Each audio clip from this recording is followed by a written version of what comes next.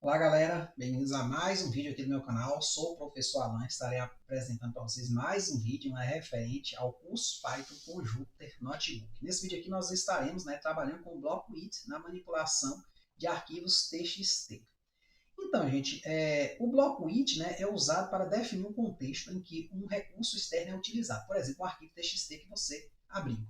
Ele garante que o recurso seja corretamente inicializado antes de entrar no contexto e, mais importante, que seja liberado automaticamente ao sair do contexto, mesmo em caso de exceções. Essencialmente, ele está dizendo o seguinte, que ele consegue abrir, ou seja, esse bloco vai nos possibilitar abrir e fechar o arquivo, para que a gente, por exemplo, não tenha informações perdidas, porque a gente sabe que se a gente abrir um arquivo e não fechar, se eu não clicar aqui nesse arquivo.close, eu abri um arquivo lá para escrita, esqueci de fechar, as informações serão perdidas. Com o it, isso aí está resolvido. Então, vamos pegar aqui um exemplinho. Ó. O it open, então, esse it é o que? É com. Traduzindo aqui, ó, com o Google, ó, traduzir para o português, ó, com.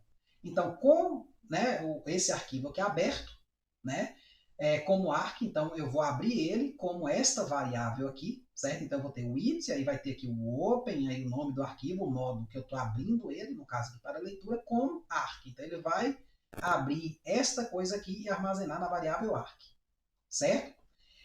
Nesse caso aqui eu estou usando o arquivo teste.txt. Está aqui na minha pasta, não é recomendado a gente ficar abrindo assim de forma direta, melhor abrir lá para o junto, mas vamos abrir aqui porque a gente está aprendendo. Então, quero ler essa mensagem, ler e entender. Esta que é a mensagem que está guardada aqui. Então, nesse caso, ó, enquanto aberto, eu vou primeiro pegar a mensagem e armazenar na variável mensagem, pegar aquilo que está lá no arquivo e armazenar na variável mensagem, e vai ser o quê? Um arc.read, ou seja, eu vou ler aqui esse cara, que o arquivo vai ser guardado aqui, eu vou ler aqui e transportar esse dado para a variável mensagem, certo? Aí, a mensagem eu vou fazer o seguinte, eu vou fazer um split dela, ou seja, toda vez que encontrar um espaço em branco, eu vou armazenar uma palavra. Esse código já foi visto, não vou explicar muito, certo? Mas aqui essencialmente vai criar uma lista, onde eu vou estar armazenando palavras que ocorrem nessa mensagem aqui. Eu vou imprimir a lista e vou imprimir o tamanho da lista. Tudo isso numa célula só. E o melhor, o arquivo vai ser aberto e vai ser fechado, vai ser aberto para iniciar esse processo, vai ser fechado assim que terminar. Pronto, ó. Quero ler esta mensagem, ler e entender todas as palavras que estão presentes na nossa mensagem que a gente viu lá no nosso bloco de notas. E além disso, o tamanho, ó, 7. 7 palavras. 1, 2, 3, 4, 5, 6, 7. Beleza? Um outro exemplo, ó, criando ou subscrevendo um arquivo com o bloco it. Então, nesse caso aqui é o seguinte, ó, eu vou primeiro criar um arquivo, que vai ser o arquivo teste4. Note que ele não está na pasta, tem até uma informaçãozinha depois, não está aqui. Então ele vai criar, vai escrever isso aqui e pronto, acabou. Ó. O bloco it tem indentação, então ele vai fazer só isso. Depois eu vou abrir o arquivo para ler o conteúdo, certo? Não só para ler, que vai ter essa parte aqui, mas para fazer um split, da mensagem que tem lá guardado nele, que é esse aqui, ó. Este é o nosso quarto arquivo. Então eu vou fazer um split e vou imprimir a lista dessas palavras que estão nesse arquivo. Então tem dois it aqui. Então o primeiro só cria o arquivo, escreve a frase e fecha, e o segundo abre para leitura, assim que terminar o processo, fecha também, certo? Então, ó.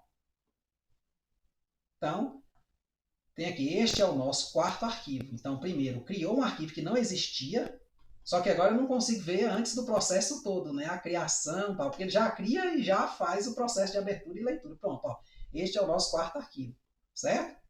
Apareceu aqui. E aí, claro, na sequência foi feito um outro bloco it, onde eu vou pegar a mensagem que está aqui, que está armazenada na variável arq4, vou lê-la e armazenar aqui em mensagem, na variável mensagem, aí eu vou criar uma lista de palavras que vai ser o quê? A mensagem splitada, ou seja, dividida por esse separador aqui, que é o espaço em branco.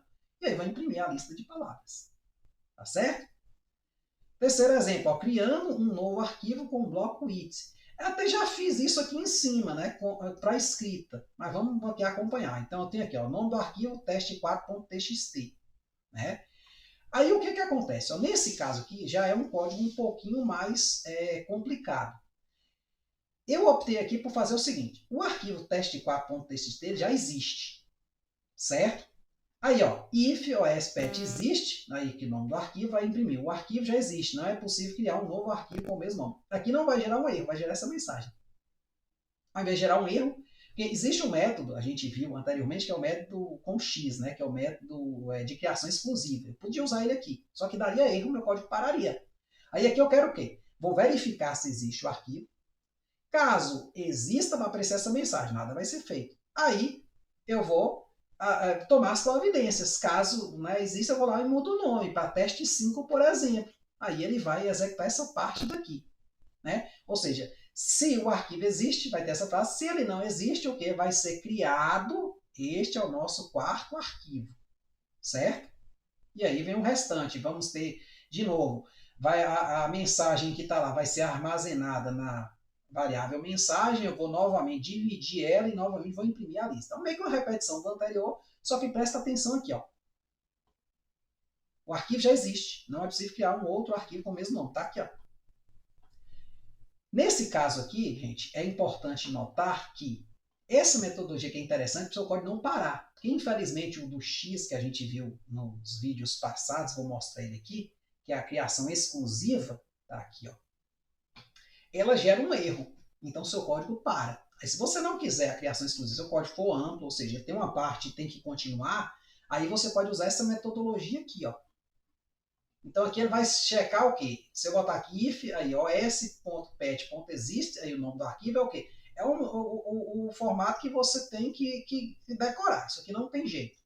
Aí, claro, eu botei aqui o nome do arquivo separado para eu poder editar aqui em cima, mas eu poderia botar o teste4.txt aqui dentro. Né? Então, como o arquivo existe, foi feita essa frase. Agora, se eu chegar lá e apagar o arquivo, vou apagar ele, ó.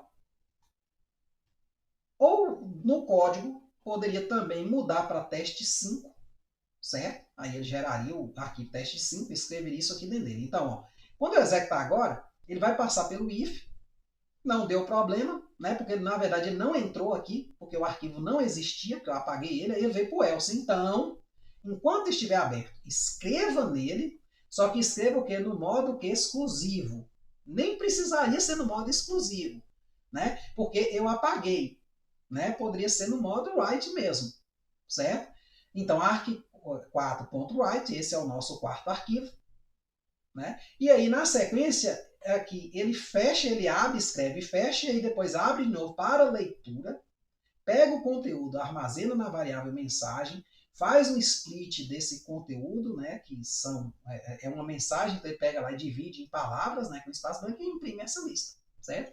Então, perceba o processo.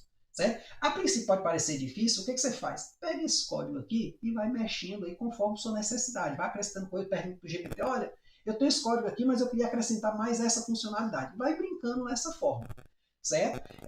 A gente às vezes fica muito ansioso, assim, ou preocupado, poxa, né, eu estou fazendo nada, só estou sabendo fazer aquilo que o professor falou. Programação, a princípio, é assim, é muito de editar códigos prontos. Primeiro, olha o código pronto, roda, vai usando ele. Pô, vai querer acrescentar mais alguma coisa. Aí vai lá, mexendo ali, brincando até você conseguir. Você vai perceber que à medida que você vai progredindo, vai ficando muito mais fácil fazer isso, certo? E hoje em dia, com o GPT, com o IA, é muito, muito, muito mais fácil mesmo. Eu comecei a usar o Python um pouco antes do GPT-4. Não, do GPT, né, de modo geral. Eu já até conheci o GPT, certo? Antes dele sair, né? Tinha lá na plataforma OpenAI, ficava lá brincando, mas eu nem usava muito. Aí eu já usava o Python, tinha uma certa dificuldade, mas já estava até avançando muito, que é uma linguagem muito fácil, mas aí quando chegou o GPT ficou muito mais fácil, por quê? Porque hoje eu pego um erro, que às vezes eu não sei consertar, eu jogo o código e jogo o erro lá e falo, ó, esse código desse erro, tente consertar para mim. O GPT entende o código, entende o erro e propõe formas de consertar. Claro que nem sempre ele consegue. É aí que entra o curso. Você vai falar, olha, esse método que você está usando aí, você poderia usar esse outro, porque esse aí talvez não está certo. Ou então você já pode sugerir, olha, use aí para analisar esse texto, bote tudo aí em caixa baixa. Pô, né?